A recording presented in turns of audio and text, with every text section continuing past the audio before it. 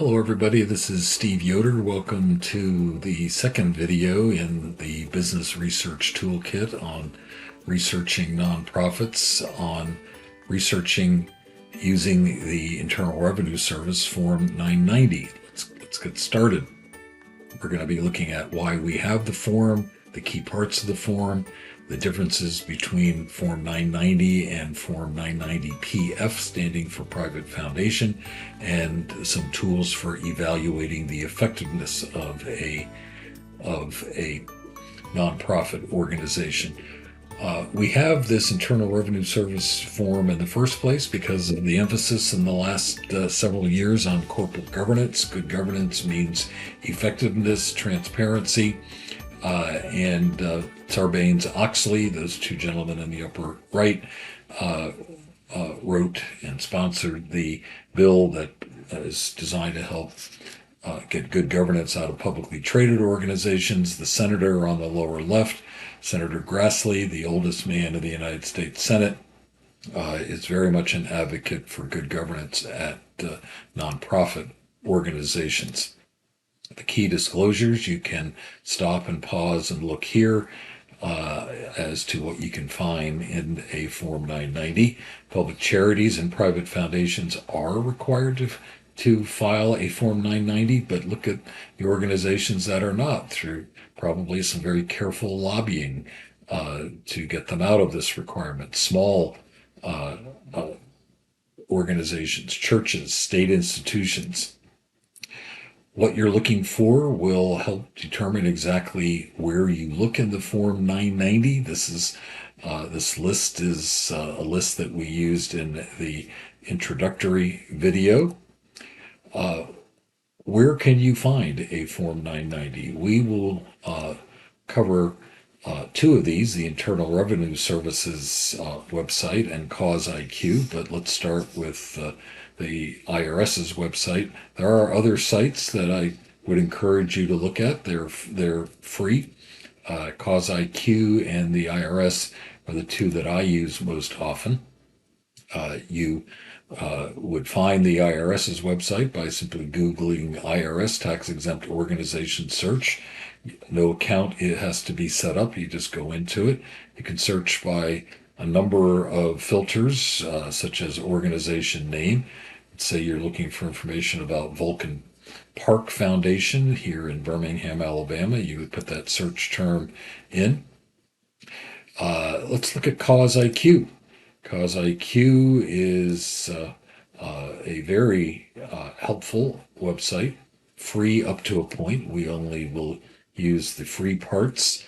You do have to create an account. It's free. You don't have to give any kind of identifying information or credit card, certainly, but go ahead and set up an account. If you typed into the search bar, once you set up an account, Vulcan Park Foundation, this is what would come up, and this is very helpful information. Their EIN, employer ID number, the source of their IRS tax exempt status, and some key financial metrics. Here's some comparative financial metric information over a couple of years. The Form 990 itself can be found under the Financials tab, and if you clicked on that, you would see the form, in this case for Vulcan Park Foundation. Let's look at the key parts using the Form 990 as an example. Here is the summary of why they're in business to begin with, and here are the services that Vulcan Park would provide, what might help you decide whether you wanted to donate to them or not. What if you're interested in how they raise funds? You would look at this section. And if you were a fundraising consultant, you might be a little disappointed here to learn that they did not even spend $15,000 on professional fundraisers. But yes, they did have fundraising events that raised more than $15,000. If you were looking for a job, you would be looking at this section that shows how many employees they have. If you're looking for how much they pay, you can use Cause IQ for that. I would suggest that you look at that, and the CEO's pay has to be disclosed. Uh, let's look at Form 990 PF for private foundations. Again, these were and are the drivers of why we have a Form 990 from the IRS asking for this information. Walton Family Foundation, Bill and Melinda Gates here in Birmingham. The Lucille Beeson Foundation has $246 million in assets. That's a lot of assets. And as you will see, if you were to go to that foundation using the 990 PF for that foundation, you can see that they give away about $11 million a year. Remember that why you are looking for information will determine what part of the 990 or the 990 PF you would go to.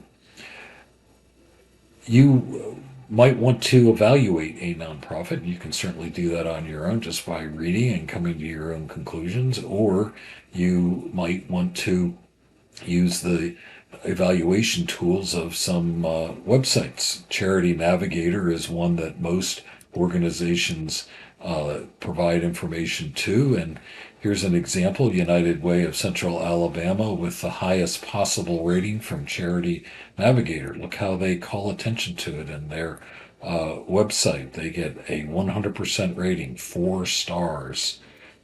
Next, we'll be looking at colleges and universities and how to research them. They do not have to file a Form 990 or 990 PF, but there are ways to find a lot of information about them as well.